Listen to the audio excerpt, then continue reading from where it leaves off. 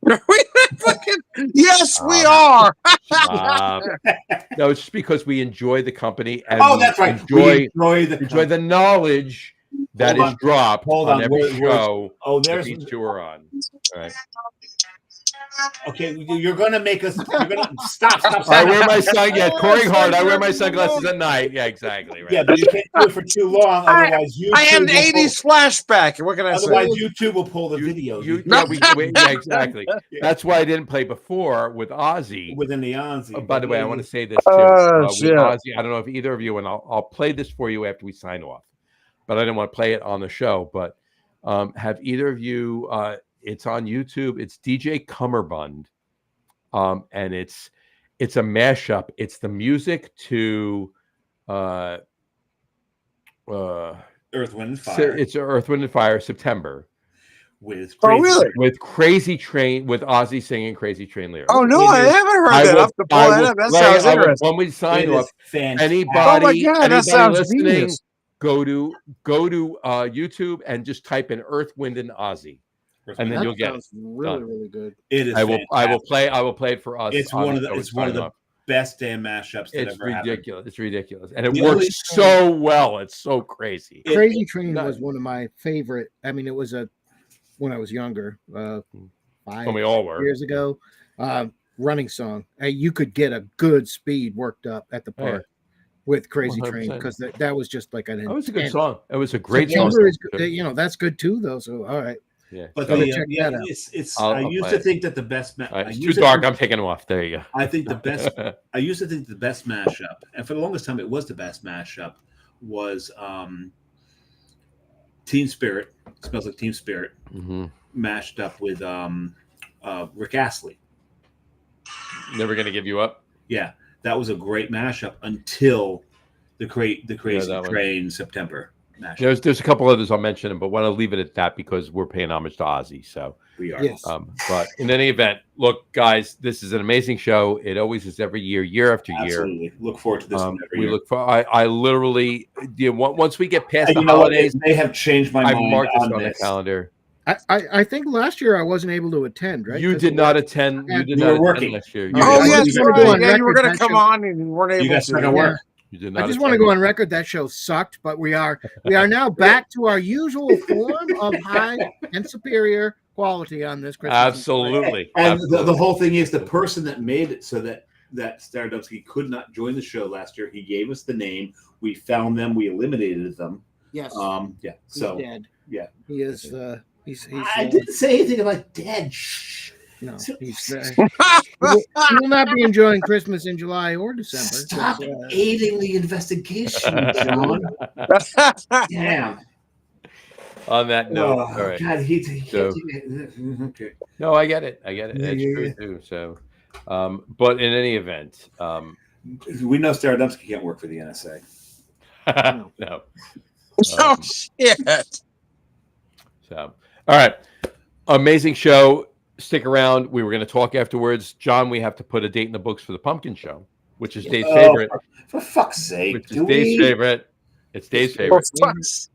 Well, me and you have a good time on it. Have I not been through enough in my life?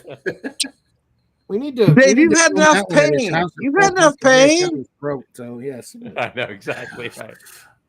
So, nobody drinks pumpkin beers on purpose.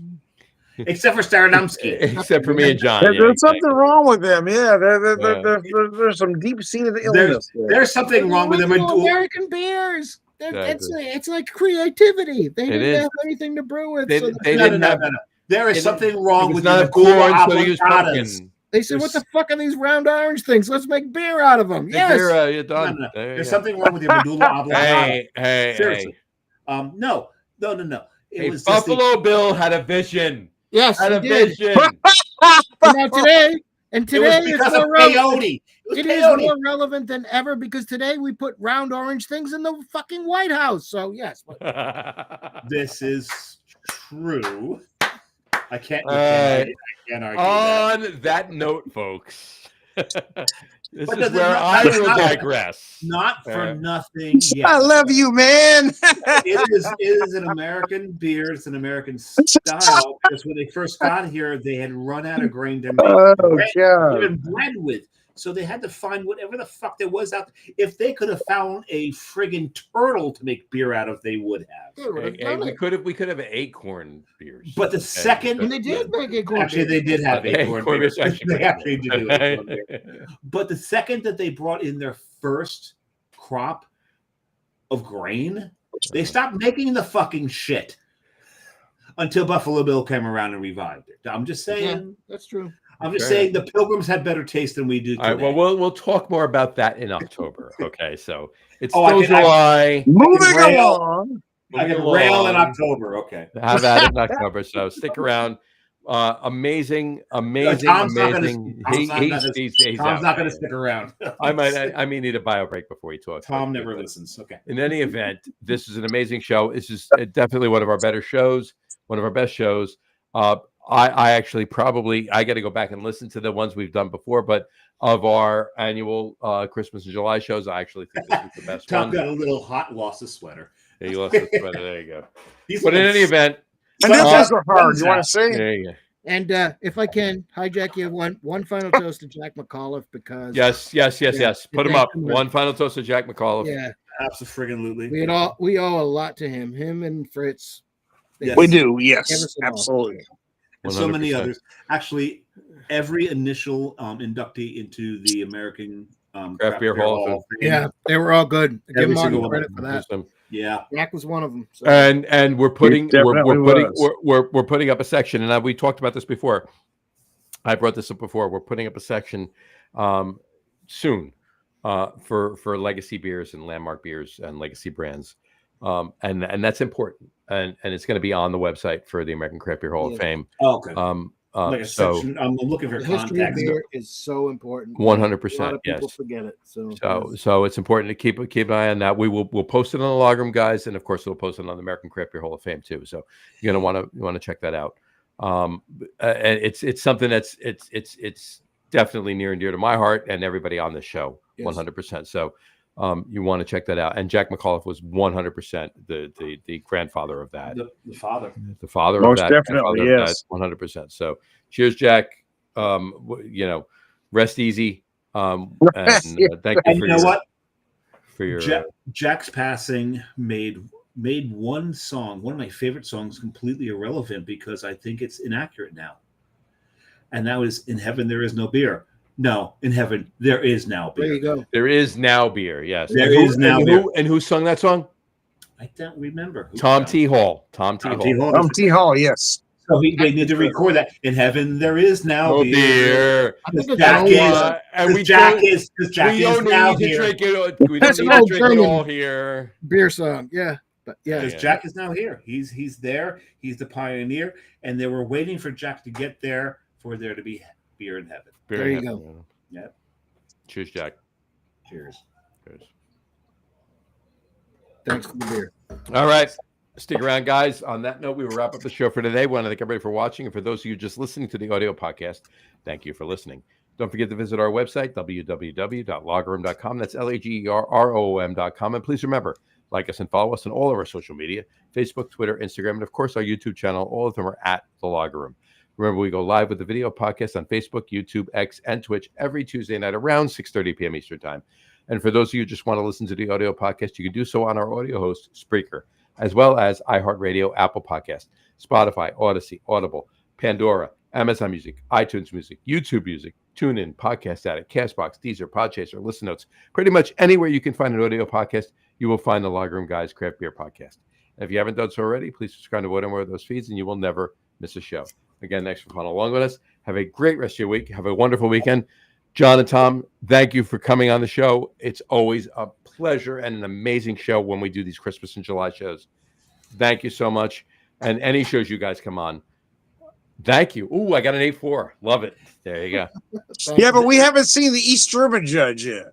Thanks for the Russian judge gave me a 5. So. The Russian judge gave us a 1. Yeah. No, there was a couple times where you over punctuated. There was a slur. He is such a particular guy.